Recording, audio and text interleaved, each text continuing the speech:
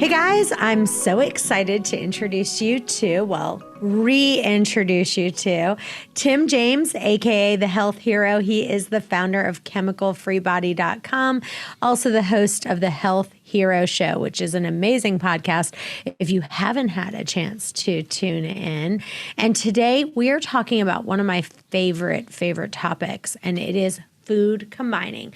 How to get yourself to actually get the nutrients from the food by doing food combining and getting your digestion back on track. So welcome back. Chantel, thanks for having me on. So let's do this. Let's talk about proper food combining. So let's first, before we talk about anything else, let's talk about kind of the simplest way. And honestly, if you read maybe 5 different books, and I've read a ton of different books on food combining and digestion just because I'm such a fan of it, but all of them seem to be a little bit different. Like they're kind of the same, but this one might say a little bit off. This one might say a little bit off. So you tell me what your method of food combining is, and then we'll talk about the different variances. Okay. So I want to speak to, and I want to read a couple testimonies from people that we've taught proper food combining, because at the end of the day, why are we doing this? We're doing this to improve our health. So the first one is from Janae, and she said, proper food combining has changed my life. I have so much focus, energy, and less bloating. I also started drinking Green 85 first in the morning, which is our green juice product. I also noticed that I'm not crashing in the afternoons. I am beyond excited to try your products and can only imagine the benefits I'm going to have. Thank you, Tim and Chemical Free Body. Now, another guy, Tony, said, I just had a 6-month follow-up with my cardiologist and blood pressure was 120/70, ! My weight is down 11 pounds from my last appointment. I'm back to the weight I was before my heart issue, and I'm working to get down another 10 pounds. Thanks for your help with food combining, and your products are amazing. So both of these people have been taught food combining. They've implemented it in their life, and it's working for them. And when we get done here today, we're going to show you why it's going to work for you too. So my thought process is, Chantel, is that let's go back to, thousands of years ago. What were we doing as humans? Well, we were nomadic people, right? We were following the sunshine. We'd go up into the northern regions and then we'd come back down in the winter. And look at our skin. We're supposed to be within 1,500 miles of the equator. We don't have big, thick coats for cold winters, right? So we normally wouldn't be way up here north if it wasn't for clothing and housing. We would have to go back. So nomadic people would travel. Now, when they travel, they would walk for 2 or 3 days at a time and they wouldn't eat. That's why fasting works so well, because that's how we've programmed ourselves for hundreds of thousands of years, 2 or 3 days not eating. And then we would come, let's say, to a meadow, and we would find the ancestors of cabbage or the ancestors of spinach, or we'd eat some roots, or we would have some nuts or seeds in the fall or some berries, right? But what would we do? We would eat one food monolithically. Think about being out in the wild. You're not going to you're eating a bunch of berries. You're just going to eat a bunch of berries until you're full because you found some food. Then you're going to walk 2 or 3 days and not eat. And then you're going to find, let's say, some cabbage. Then you walk 2 or 3. You see what I'm saying? So it's not like what we do today where we sit down and we have a steak from Iowa, some potatoes from Idaho. We have asparagus from Peru. And then we finish it off with some Haagen-Dazs, right? We have all these foods, different types of foods coming in all at once. And our body, it confuses everything. It confuses the body. And it also creates a state of fermentation and gut rot, which is what I experienced. So the reality is that when we're not eating foods or in the correct combinations, that's why I have to learn this today. 90% of people today, Chantel, are suffering from some form at some level of leaky gut syndrome. Now, this is where and also colitis and ulcerative colitis and diverticulitis and diverticulosis and Crohn's disease and irritable bowel syndrome, IBS, all these things, right? These all stem from our gut getting microscopic tears and holes in the intestinal lining, and then undigested food particles and microbes slip into the bloodstream and cause inflammation. And this is the precursor to all disease and problems that people are having. So we want our intestinal lining to heal and heal up those microscopic tears. We want to get back to digestion and assimilation of nutrients, not fermentation and gut rot that's ripping open our intestines and causing this leaky gut deal. So proper food combining is critical to your intestinal health and your overall health and your longevity. And I actually have a quote here. I wrote this a long time ago. It says, people that eat food in the proper combinations look younger, live longer, and have more energy and heal faster than those who do not. There is no debate on this fact. I have been living and breathing this, and I'm telling you, it worked for me, and it's worked for hundreds of my coaching clients, one-on-one, and thousands of our clients around the world.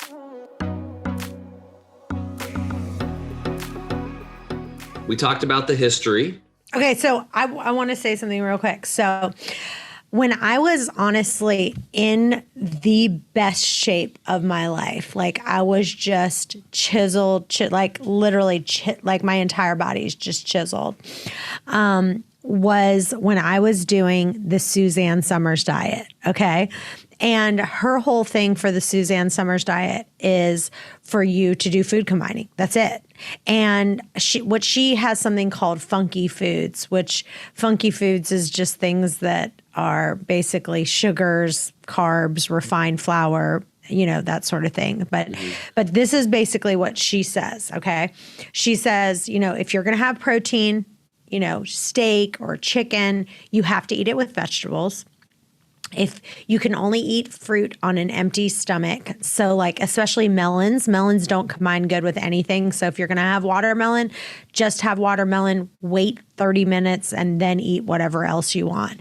And fruits, always eat them by yourself. So melons, completely eat it by yourself, but all other fruit, like if you wanted to have raspberries, blueberries, strawberries, eat them all together, but you would eat just the fruits by themselves. And fruit, it digest so quickly that you could wait, 30 minutes and then you could eat something else. Yep. But basically, don't combine starches with proteins and, just have proteins. If you're going to have chicken, you're going to have it with non-starchy vegetables. And then if you're going to have carbs with her, if you are going to have, like, let's say you wanted to have a piece of toast, you just wouldn't have it with any fats. So like if you wanted to have maybe a piece of gluten-free bread, that's the one thing, like you would have it with no fat at all, and that's how it would digest.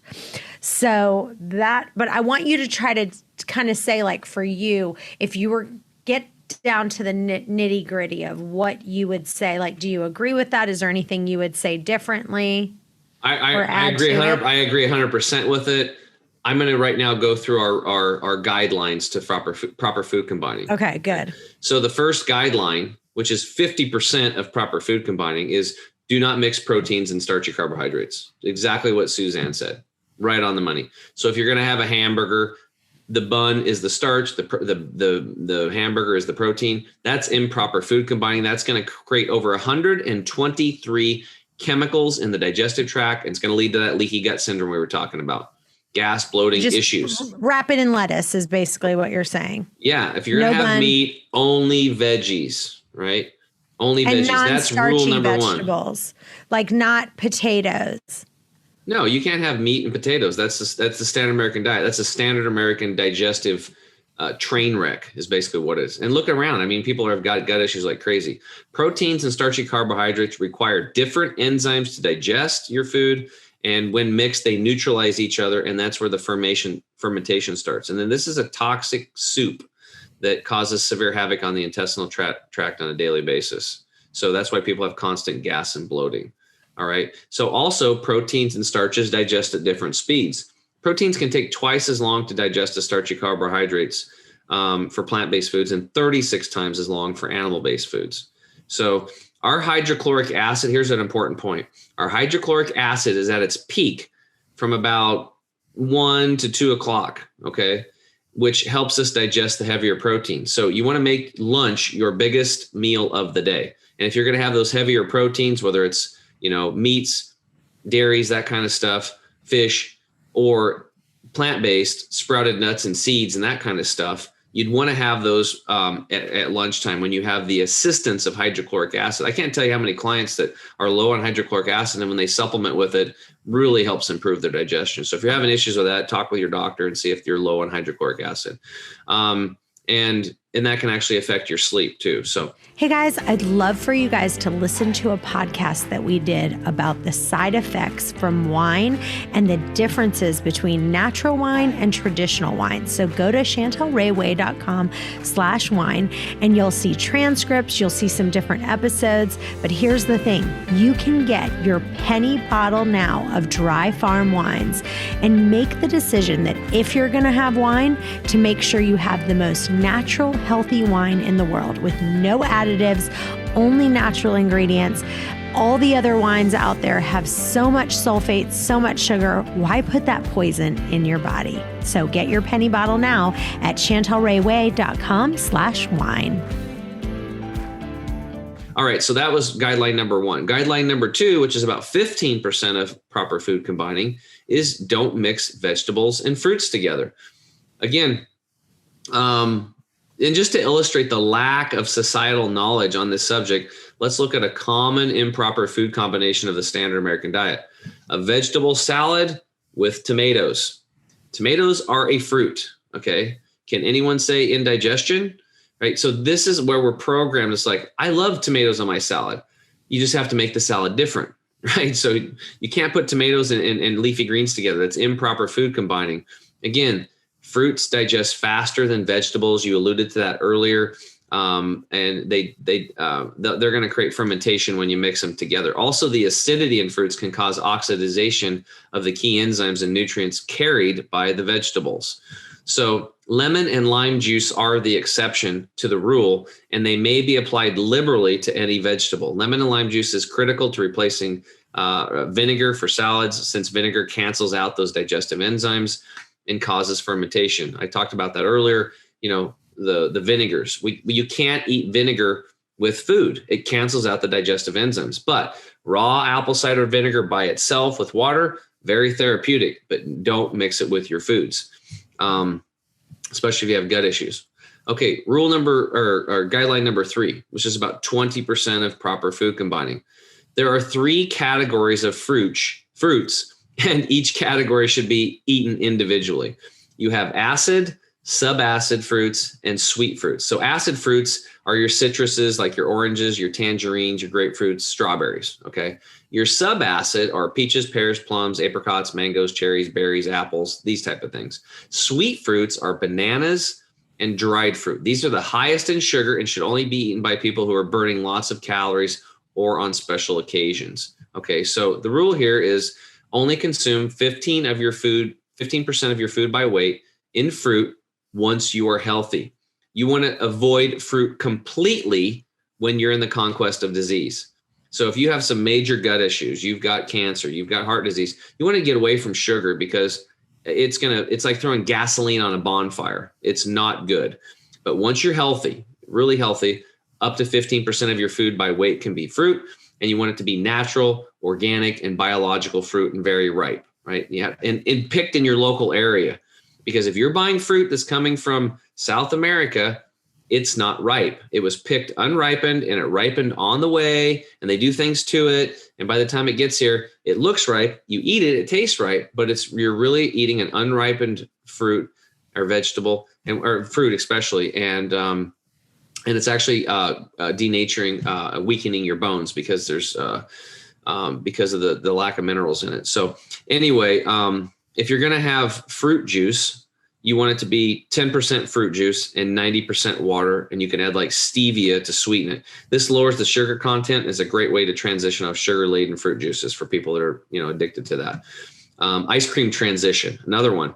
Freeze bananas, and then you can homogenize them in like a juicer deal. It's got a lot of sugar, yet it's a great way to transition off of like deadly dairy products. And then even better, you can take sprouted nut milks and then sweeten them with like stevias and monk fruits. And you could put a maple flavoring, or you could throw a couple berries in there and make ice cream that way. So that's that. And then the last guideline is about melons. You alluded to it earlier. Eat melons alone or leave them alone.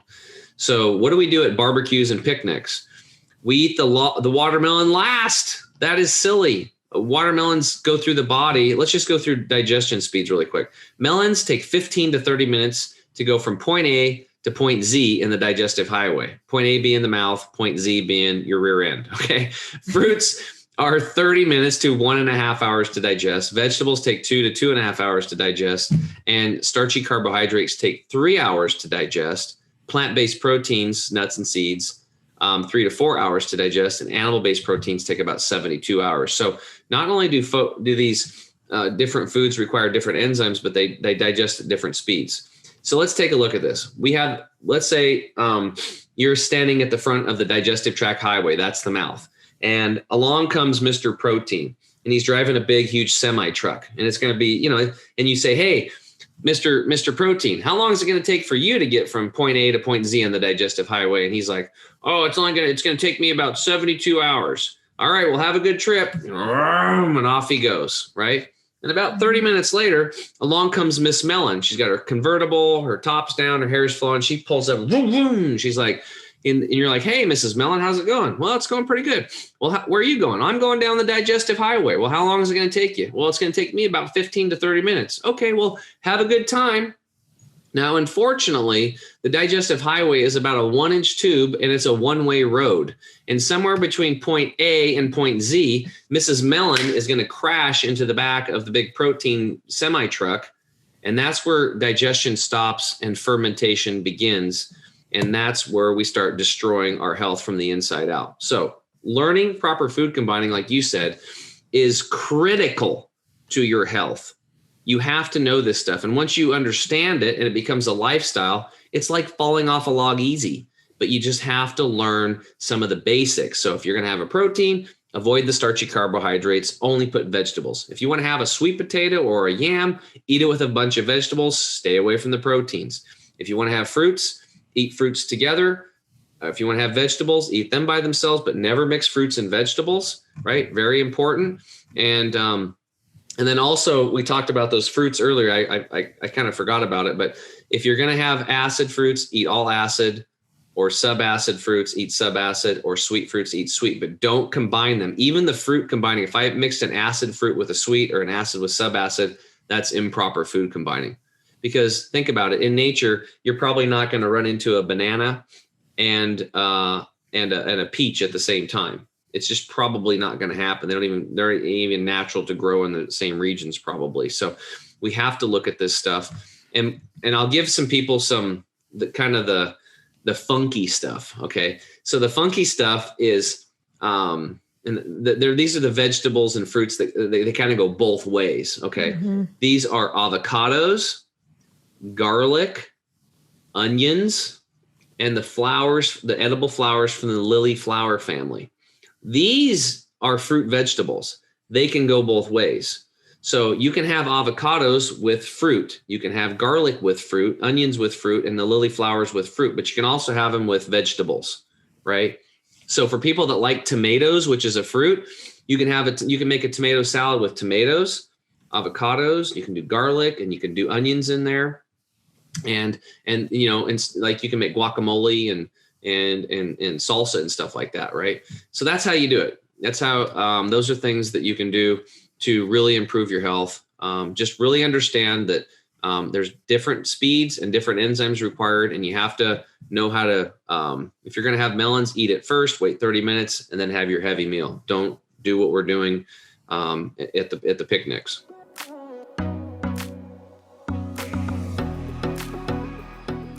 Let's talk about Stephen Gundry. I see him all over Facebook, and he says to kind of limit the foods that have lectins in it. He says like squash, legumes, any kind of beans, peas, lentils, or peanuts, and any kind of nightshade vegetables such as like eggplant, peppers, potatoes, and tomatoes. And he also kind of goes into not eating corn or meat from corn-fed animals, or I think he talks about like anything that's like A1 milk or something like that. So let's talk about him and kind of, do you agree with that? Do you kind of avoid those foods that have lectins in it, and how do you do it?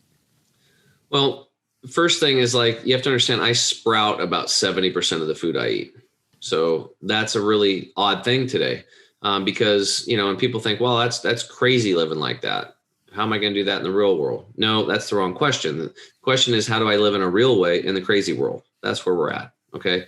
So when you take a nut, seed, grain, or bean and you sprout it, it takes it out of its dormant state. It releases these natural insecticides or protectants that were poisons. That goes away. You see it washing off. And then it becomes alive. The enzymes are 8 times more active, and it gets rid of phytic acid, and these lectins disappear through the sprouting process. Now you can also cook things, and that kills the lectins, but also knocks out a lot of the other stuff. So, I think I agree with a lot of what he's saying. So tomatoes, what you want to do is you just want to definitely avoid the seeds inside of tomatoes. Right. So if you go over the old country in Italy, they get rid of the seeds. So the seeds, that's where you get a lot of that, those lectins and stuff. So you just want to get the meat of the tomato. You can actually peel the skin off and get rid of the seeds, and you just have the meat of the tomato. A lot of people don't know, but the tomato was never, for a long time, was never a food. It was grown down in the Aztecs in South America, in like Incas, as ornaments coming into like buildings. They were just ornaments. They didn't even eat them. But the Spaniards or whatever came over and conquered them, and they took the tomatoes back, and that's where we got pasta and spaghetti, right? Well, actually the pasta came from, I think, was it Napoleon went over to China and brought the noodles back, and then they put the tomatoes together. And then it came back to North America, and we're starting to eat tomatoes and stuff now. So I agree with him on some of that stuff. I also agree with him that, you need to stay away from corn. Like the only corn I will eat is a non-GMO heirloom corn that's made into what's called a nixtamal process. So just kind of like, what's it called? Tempeh. Tempeh is a process of fermentation to break down nuts and seeds and beans. Typically they use soy tempeh, which is terrible. We use like quinoa tempeh, pea tempeh, lentil tempeh, or mung bean tempeh. These are awesome. Nixtamal is a process of fermentation that breaks down the corn, so it's highly digestible. It's just an ancient thing they do. So if I was to get really good corn that was nixtamal, I'd eat it. But other than that, you want to stay away from it because corn is highly processed. It's highly hybrid. It's most of it, over 92% of it's genetically modified, which has disrupted that hormones, or not the hormones, but the metabolism of that corn. And the corn's actually producing formaldehyde. So if you want to eat formaldehyde and have a bunch of GMO garbage going in you, then then maybe corn's a good thing for you. But I don't want to have that in me. And I don't think anybody here listening wants it either. So I would stay away from corn. I would actually stay away from soy, wheat, rice, oats, and barley. Those are the big ones to stay away from because those are the ones that have been commercially taken over. We need to get back to other ones like kamut, spelt, amaranth, teff, Ethiopian grain, and quinoa. Great seed. Those are the things I would recommend. Hey guys, I'm so excited. My new book, One Meal and a Tasting, is out now. And if you order the book on Amazon, just the regular paperback edition, if you go in and make a review, you will get the audio book for free. Send a copy of your receipt to questions@chantelrayway.com and you'll get the audio book right away. So I want you to just kind of explain a little what you mean, that what exactly does it mean for a food to be sprouted? And I think that, a lot of people, and I'm curious to see what you think about Ezekiel bread, because I think when people think, if you said, okay, when someone hears about something being sprouted, I would say probably they would think Ezekiel bread, because they've done a good job of kind of marketing that, hey, this is made with sprouted wheat. So talk about that for what sprouting means is that you took a nut, seed, grain, or bean, and you simply soaked it in water. As soon as you soak it in water one time, and depending on the size of the nut, seed, grain, or bean, like chia seeds can be ready in literally 15 minutes, right? Whereas like an almond or a walnut, these bigger nuts might take 8 to 12 hours, right, to soak. That's it. Then you rinse them off. They are now technically sprouted. They have bursted out of their dormant state. They're alive. They're growing. That walnut's now on its way to be a big, massive walnut tree, and it's going to produce hundreds of thousands of walnuts, right? That's what it's going to do. So the potential of that big, massive tree is all locked into that little nut. That's why sprouting is so powerful. And we talked about how it increases nutrition up to 800%. Because when you sprout something, the nutritional factors go up 100 to 800%. So why wouldn't we do this? Like we know we're deficient in nutrients. We know the soil's been degraded. Let's get some healthy seeds that were grown in nutrient dense soils and sprout them in nuts and grains and beans and blow away nutrition and just flood our body with all this stuff. And when you do that, you can't eat as much food when you're getting all this nutrition. Your cells are like, wow, she's giving me what I wanted. He's giving me what I wanted. This is awesome. And then they'll send signals to you, you're not that hungry, right? I drink these greens twice a day.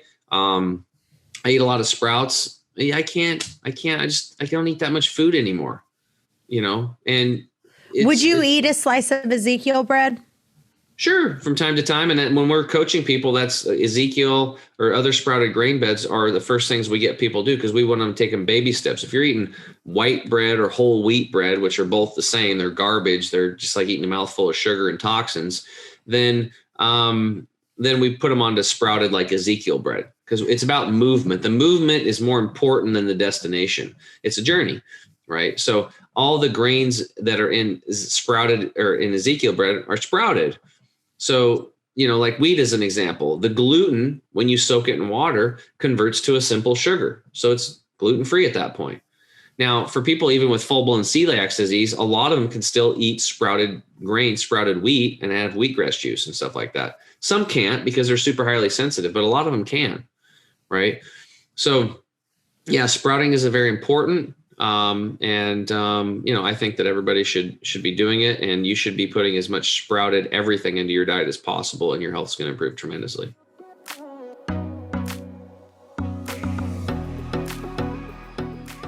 So like with Suzanne Summers, she would say like you could have a slice of that Ezekiel bread, but you couldn't have it with any fat. So, if you were going to have it, when you have a carb, you wouldn't have it with fat. So you would have it with maybe like, I'm trying to think what you could put on it. Some lettuce, like you could put lettuce and vegetables you could put some seasoning on it. You can make like a vegetable. There's those seasoning blends you could put on it. You could sprinkle on it. You could put sprouts on it. Mm-hmm. Yeah, you could put sprouts on it.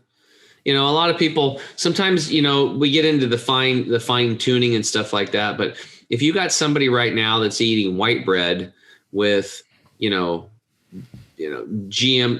cows, nasty cows, and making butter, or they're putting on, even worse, those margarines that are like one molecule from plastic. Like put some margarine outside, no bugs will land on it. They can't eat it. It's like almost, it's like, why would they eat plastic? Nature will tell you what's going on. If somebody's doing that and we can get them to, do like an almond, like there's a company called Myoko's that's an almond based or cashew based butter or coconut oil on there, or even avocado. That is a good step. That is a really good step. And if they can get to where they need health wise, then maybe that's something they can put in their repertoire. Maybe they just don't eat it every day. Right. So any other food combining tips that you can think of that you would say, like, give us some examples of some different things that you would eat that when you eat them, you literally just feel like $1,000,000 because of that combination? Well, I think if you just stick to the guidelines that we shared, that's what's going to work.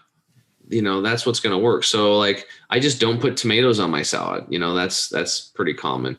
I avoid vinegar, on my vegetables and stuff like that. What about a smoothie? Do you feel like these food combining principles work the same when you have it in a smoothie? So like if you had like greens, if you combined greens into a fruit smoothie and you blended it up in a Vitamix. Yeah, improper food combining, gas, bloating, leaky gut. That's the problem. I will say this, there is one thing I learned about juicing food combining. This is an interesting tip, is that you're going to either juice vegetables or you're going to juice fruits. I would Kylie, stay away from the fruits again, especially if you've got problems, carrot juice and beet juice. 1 quart of carrot juice or beet juice has a cup to a cup and a half of sugar. So imagine having a cup of sugar, 1 cup. That's carrots and beets. So we stay away from those. We train our clients to stay away from that stuff. And, apples, right? But there is an exception to the rule. You can make like cucumber, celery. We actually put sunflower sprouts and pea sprouts in the mix. You can put turmeric root, ginger root, but we can do green apple. If you put a little bit of green apple in the juicer and juice it with the cucumber and the celery and maybe you put a little spinach or whatever in there, leafy greens, kale, rhubarb, whatever you want. I would probably stay away from rhubarb. I didn't mean rhubarb. I meant chard is what I meant. Then that's actually proper food combining. But if you were to eat that green apple with the cucumber, improper food combining. I don't know how it works, but what I do know is that they tested that at the Hippocrates Health Institute. So what they did is you can take like cucumber or celery, mix it with apple in a jar, cover it and run a tube into another jar with water. And you can see how much bubbling comes out, how much fermentation happens. But when they took the juice extract and mixed them and put the juice in there and ran it in there, there was no bubbling.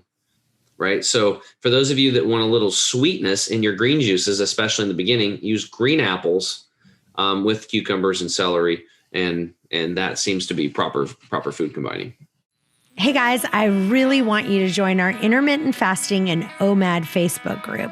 We're doing tons of giveaways right now for posting your before and after pictures and just for posting a question in there. We're giving away free protein shakes, some digest aid, all kinds of fun stuff. So please join our intermittent fasting and OMAD Facebook group. The link is in the show notes. Well, if you ever visit Virginia Beach, we have a place called The Green Cat, and their website is thegreencatva.com. And they have, in my opinion, it's actually what I'm drinking right now. Whenever I'm feeling like a little bit like I need like some kind of boost, which I needed today, the combination is this. It's celery, cucumber, kale, lemon, and ginger. Those 5 ingredients.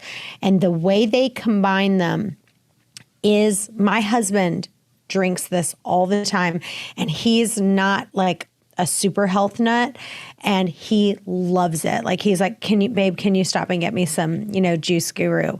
But they make it so perfect. Like the amount of lemon, the amount of ginger, they just do it so perfectly.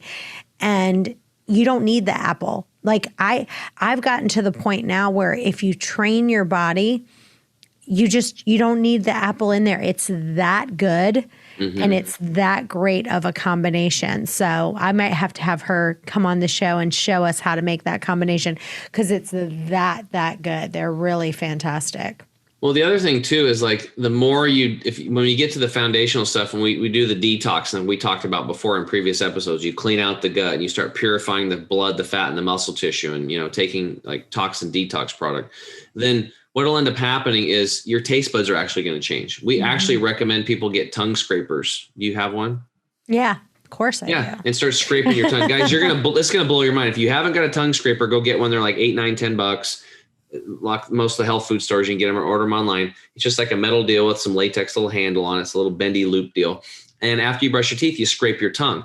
You are going to be shocked. You're going to see white, yellow, and brown nasty stuff just coming off of your tongue. And it's going to help you to start.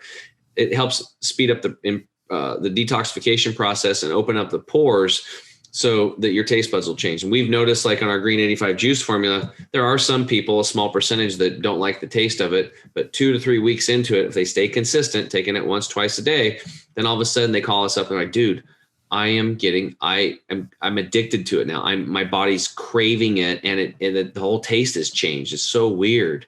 Right. So it's not that it's weird. It's just that our bodies are polluted and we have to clean them up. And as we clean them up, our taste buds come back, our energy comes back, or we get our vitality back. I love it. Well, this has been awesome, Tim. Tell listeners where they can find you and where they can follow you. Over at chemicalfreebody.com. That's chemicalfreebody.com. There's a link there. Go to our podcast, Health Hero Show, or you can find it on all major platforms. And again, if people would like to try some of our 100% naturally occurring sun-dried or air-dried under 110 degrees to keep the enzymes active supplements, no slave labor. That is under the products tab. We always suggest people go to the savings bundles to get a discount, start with the Jumpstart bundle or go all the way in and do the total energy and detox bundle, which is what I do on a monthly basis. Plus I take our turmeric 100 product, or just pick a bundle that resonates with you and your budget. Get started there. That way you get a discount. What's your favorite? What's your favorite? Don't forget to do the 5% discount. Type in waste away for the 5% discount. But what are your favorites? Well, I personally take the total energy and detox bundle every month. And I also take and I also take the turmeric. And I had another guy that has a podcast, and I challenged him for 90 days to do that combo. And he did it, and he actually shot a video. And now I built a sales page for him so that he sends all his clients there, and he has a video. And in the middle of the video, he rips his shirt off, and he's almost 50, and he's shredded. His pant sizes are like 2 to 3. And he told me that I owe him a new pair of shorts, but he said his energy's through the roof. He's felt better than he'd ever felt in his life. And, but he stuck to it. So it's the energy bundle. The total energy and detox bundle, right? Total energy. So what we did is we basically packaged these things up, and it's like a clinic in a box. Like the gut detox is going to foundationally, number one is water. We keep telling people water. That's the most important thing. Get your water right first. Get mypurifiedwater.com, get your water right. But after that, gut detox cleans the gut. The toxin detox product purifies the blood, fat, and muscle tissue of the heavy metals, the radiation, and the pollution. The greens replaces the 85% of the nutrients in the soil. That's the green 85. We have probiotic spores and prebiotics all in one. So those don't die in the stomach acid. Like most probiotics, people are wasting their money and their time. These make it through the stomach acid, get into the intestine. And then if you're eating a crappy diet, doesn't matter. We have the food there, the prebiotics to feed them and grow that good gut flora, fauna. And then we have digestive enzymes and minerals to help assist the rehabilitation of the digestive tract and to give you energy while you're eating, especially heavy foods. I have a couple other products and stuff like that. Turmeric 100 is great for cellular inflammation. It's one of the best on the market, but it's literally like a clinic in a box. That's what it is. And it makes it convenient for people so they can start transforming themselves. They don't have to worry about anything else. We just say, drink a lot of water, chew your food, avoid liquids with meals, do some breath work before you eat, and start taking one of our bundles. Let's stick with that for 60, 90 days. And then what'll happen is you'll have more energy, you'll have more mental clarity, and you're going to want to start changing your diet. You're going to feel pulled to start moving the body and exercising. And then all this stuff starts tumbling in place. You'll start sleeping better and you'll start getting your health back. But we got to start sub-basement and get those foundational pillars in place. Awesome. Well, you are amazing. You always motivate me to do something. Every time I talk to you, I'm like, all right, now I'm going to start doing this. So, I love it. I love it. That's awesome. And I thank you and I appreciate you. And just, you do so much to really just take people's health to the next level. And so I just want to make sure I say thank you for all that you do to change people's lives. And you're so welcome. And I just want to thank the listeners for tuning in. And if you like the message, please share Chantel's broadcast with other folks, because there's just so many people out there suffering, and it's literally needless.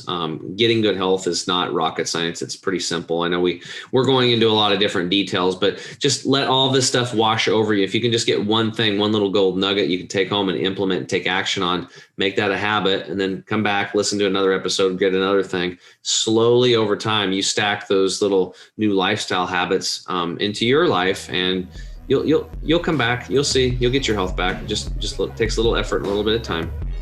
All right. We'll see you guys next time. Stay tuned.